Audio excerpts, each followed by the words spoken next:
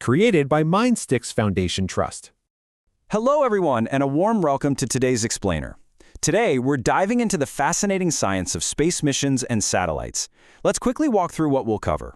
First, the era of space missions. Second, meeting artificial satellites. Third, their functions and types. Fourth, the physics of orbits. And finally, classifying high, medium, and low orbits. All right, let's get started. Section 1. The era of space missions. Thanks to space technology, our massive world has essentially shrunk into a global village. It's what allows us to connect instantly across oceans and gives us those absolutely crucial advanced alerts for natural calamities. Section 2. Meet the artificial satellites. Now, to really understand this, we need to make a clear distinction. While our moon is a natural satellite, any man-made object revolving in a fixed orbit is an artificial satellite. A truly brilliant example is Sputnik. It was literally the very first artificial satellite, launched by the Soviet Union back in 1957. If you look at its design, it has these solar photovoltaic panels attached right to the sides, almost like wings. These are so important because they continuously capture the sun's energy, which is what allows the satellite's instruments to transmit signals back to us here on Earth. Section 3. Functions and satellite types. Think of it this way. Just like you'd use different, highly specialized tools in a laboratory, satellites carry completely different instruments depending on their specific jobs. We can categorize them pretty neatly. First, we have weather satellites for predicting, the weather. Next are communication satellites, which are the ones establishing our global connections using specific waves. Then there are broadcast satellites, which beam television programs right into our homes. Now, for these three functions, India proudly uses the INSAT and GSAT series, which are typically sent up by the GSLV launcher. Moving on, we have navigational satellites. These are what fix our precise locations, our latitudes and longitudes. India's very own system here is the IRNSS. And finally, Earth observation satellites, like the IRS series. These are real game changers for studying forests, deserts, oceans, and providing guidance during natural calamities like floods. These last two types are usually launched using the PSLV. Section 4. The physics of orbits.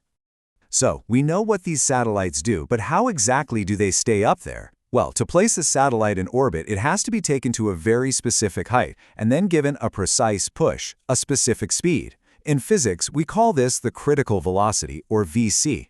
By definition, it's the specific velocity given to a satellite in a tangential direction to establish its proper orbit around the Earth.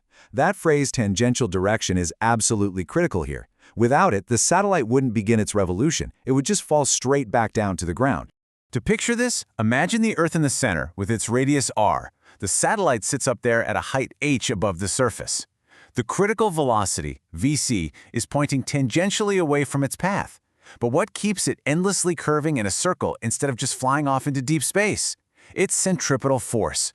And in this case, that necessary force is provided entirely by the gravitational pull between the Earth and the satellite itself. By equating that centripetal force to the gravitational force, we get this beautiful, elegant formula. Critical velocity, VC, equals the square root of g times m divided by r plus h. Let's unpack that. G is the gravitational constant, m is the mass of the Earth, r is Earth's radius, and h is the satellite's height above the surface. But take a really close look at this equation. Do you see the mass of the satellite anywhere in there? No, it completely cancels out. This is a crucial takeaway. The critical velocity absolutely does not depend on the mass of the satellite. You could have a tiny, lightweight probe or a massive space station at the exact same height, and they would require the exact same critical velocity to stay in orbit. Also, notice the math here. As the height h increases, that critical velocity naturally decreases. Section 5. High, medium, and low orbits. Because that critical velocity changes so much depending on height, scientists classify artificial satellite orbits into three main categories based strictly on altitude. It's helpful to keep these numbers in mind. First, high Earth orbits. These sit at massive altitudes, greater than or equal to 35,780 kilometers. Next, medium Earth orbits. These are situated anywhere between 2,000 and 35,780 kilometers. And finally, low Earth orbits. These are quite close to home, ranging between just 180 and 2,000 kilometers above the surface. Let's explore what makes each layer so special. Let's start way up there with high Earth orbits, exactly at 35,780 kilometers. Now, the math tells us that a satellite sitting at this precise altitude takes exactly 24 hours to complete one revolution around the Earth. And of course, the Earth itself takes about 24 hours to complete one rotation. So what happens if the satellite orbits parallel to the equator? It revolves at the exact same rate the Earth rotates. To someone standing on the ground, that satellite appears completely stationary in the sky. No way, right? But it's true. That's why we call them geosynchronous satellites. Because they stay fixed over one specific spot, they can continuously monitor that exact portion of the planet. It makes them absolutely perfect for meteorology and beaming signals for our TVs and phones. But what if we need to study the polar regions? A geosynchronous satellite is stuck over the equator, so it won't help us there. That's where medium Earth orbits come in. These satellites frequently pass right over the poles, taking anywhere from 2 to 24 hours to complete a revolution. Our Global Positioning System, or GPS, operates in this zone too, typically revolving in circular orbits around 20,200 kilometers up. Then, zooming closer, we have low Earth orbits, between 180 and 2,000 kilometers. These are heavily used for scientific experiments and studying the atmosphere.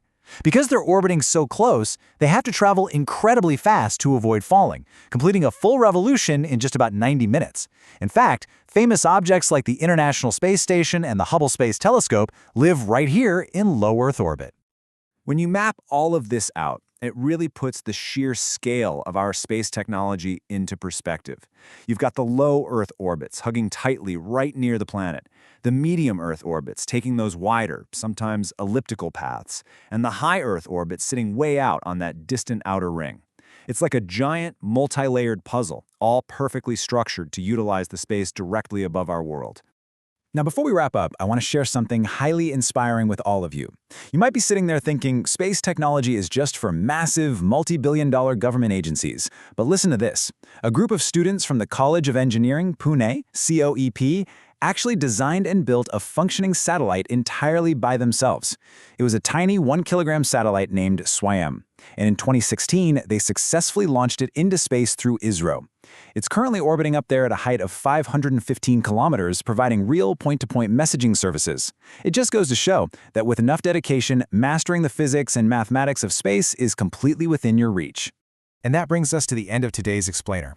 We've explored the history, the functions, the complex physics, and the specific altitudes that make orbital mechanics work. But I really want to leave you with this final thought. If a group of college students can successfully engineer and launch a working satellite into low Earth orbit, what will you create for the future of space? The foundation is right here in these very concepts. Keep exploring, keep asking big questions, and I'll see you in our next explainer.